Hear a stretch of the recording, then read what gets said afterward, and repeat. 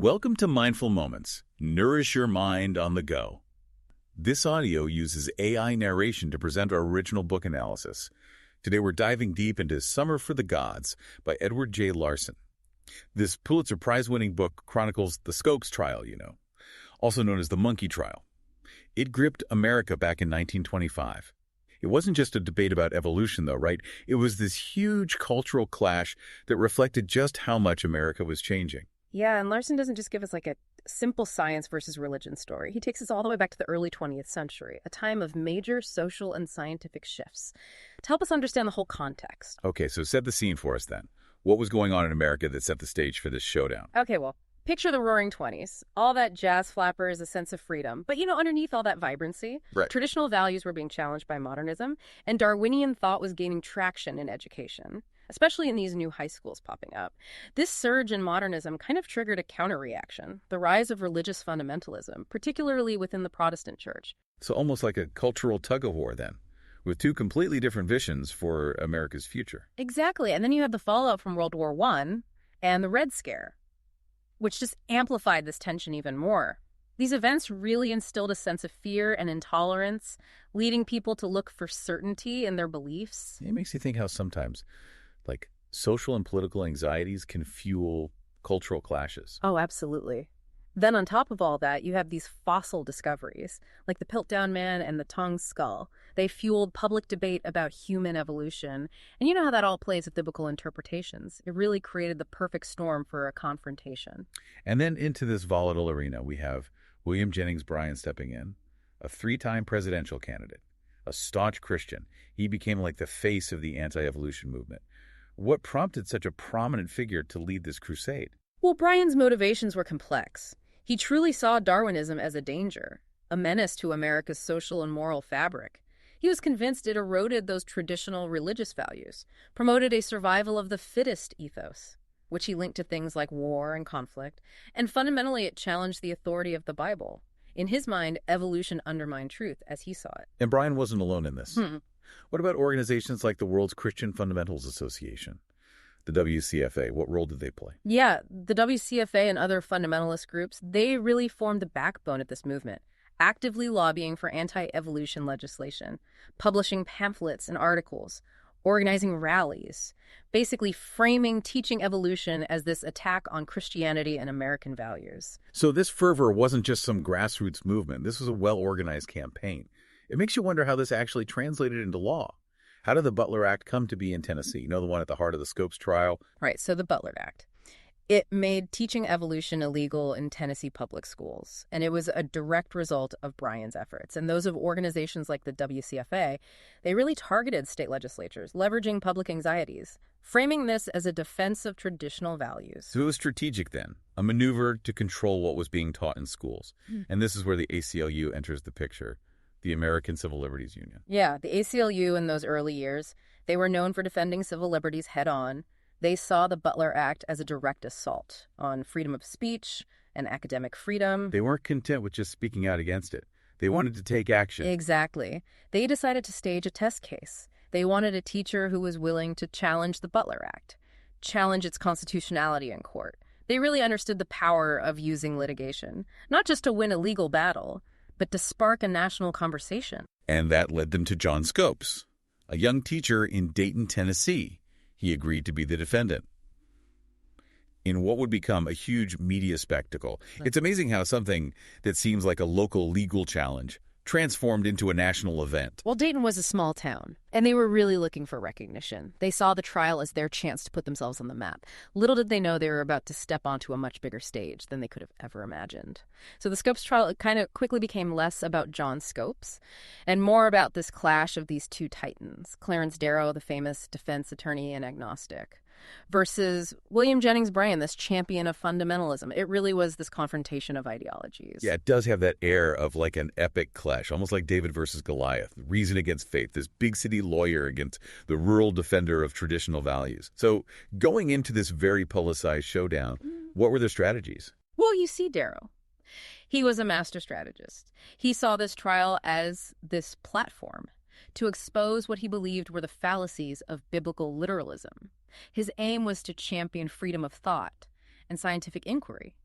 Bryan, on the other hand, he wanted to defend those traditional Christian values and the authority of the Bible, believing most Americans actually sided with him on the issue of evolution.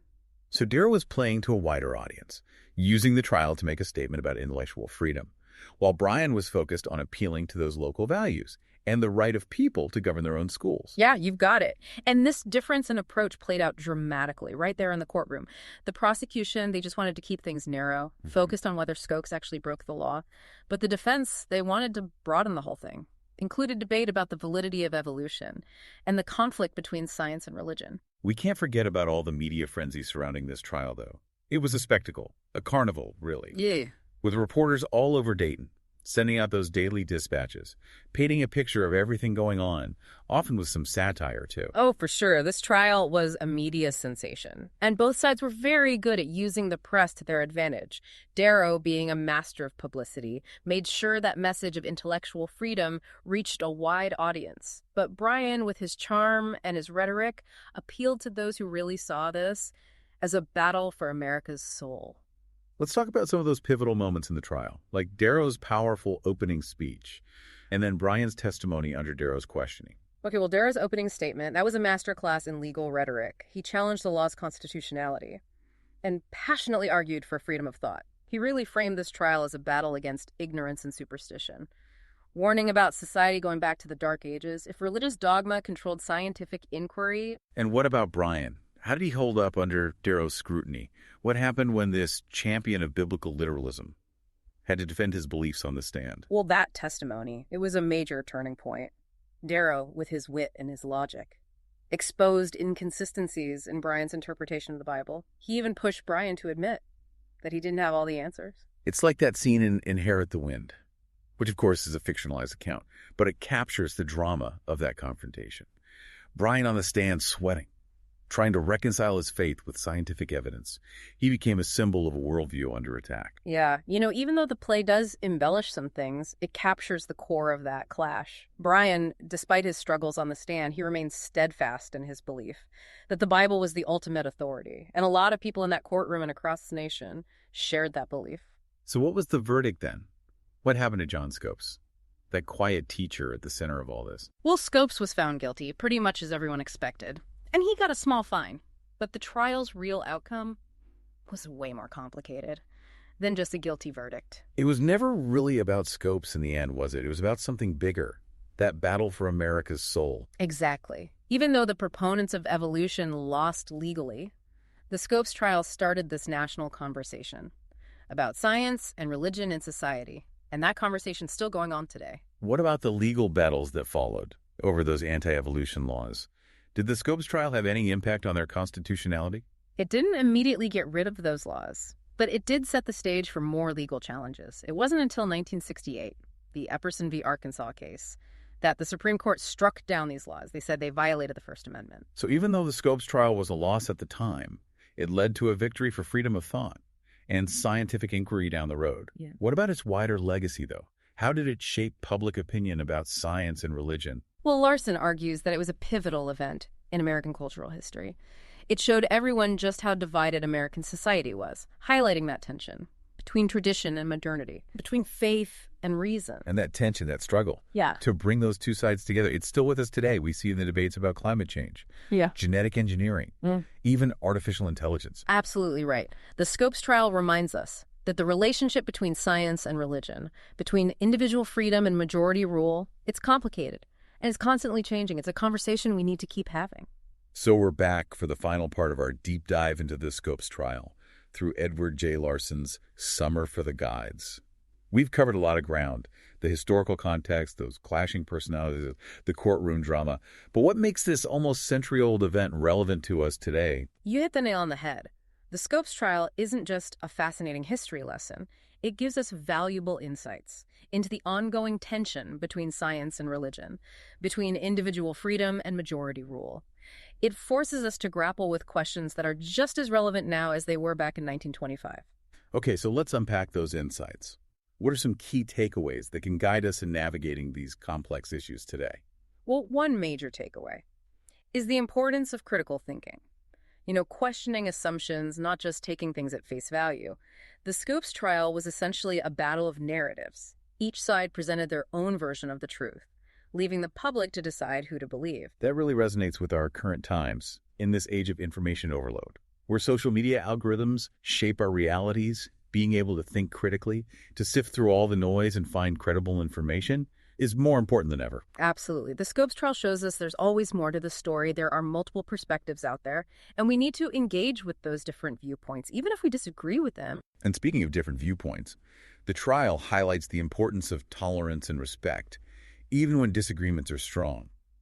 Darrow and Bryan, despite their differences, they engaged in this spirited but mostly civil debate. It reminds us that we can disagree without demonizing each other. That's such a crucial lesson today, especially with all the polarization we see, where people are so quick to label and dismiss others who hold different views. The Scopes trial shows us a different way, a model for how to have productive conversations, even when those conversations are tough. Another big takeaway is the power of education in shaping public opinion. Both sides in the Scopes trial, they knew that the battle over evolution was about influencing the next generation. And that's still true today. Education shapes how we understand the world. It's so important to make sure education is based on evidence, on critical thinking, and on respect for different perspectives. The Scopes trial also reminds us that these debates aren't just theoretical, they have real-world consequences. The Butler Act had a direct impact on what could be taught in Tennessee schools. It limited the freedom of teachers and students to explore scientific concepts. And we see similar things happening today, where people try to restrict what can be taught or discussed in schools, often for ideological reasons. The Scopes trial serves as a warning, reminding us of the dangers of censorship and how important it is to protect academic freedom. It's clear that even after all these years, the Scopes trial still has so much to teach us. It's a story about America, about our struggle to balance faith and reason, individual liberty and the will of the majority. It's a story that continues to shape how we talk about these issues. In Larson's Summer for the Gods, it really brings this story to life, combining legal and scientific analysis with these vivid portrayals of all the key people involved. If you found this deep dive interesting, I highly recommend checking out the book. You'll find a link to buy it in the show notes. And that wraps up our exploration of Summer for the Gods. If you enjoyed this deep dive into the Scopes trial, be sure to subscribe to Mindful Moments. Nourish your mind on the go for more thought-provoking book analyses. Until next time, keep those minds curious and engaged.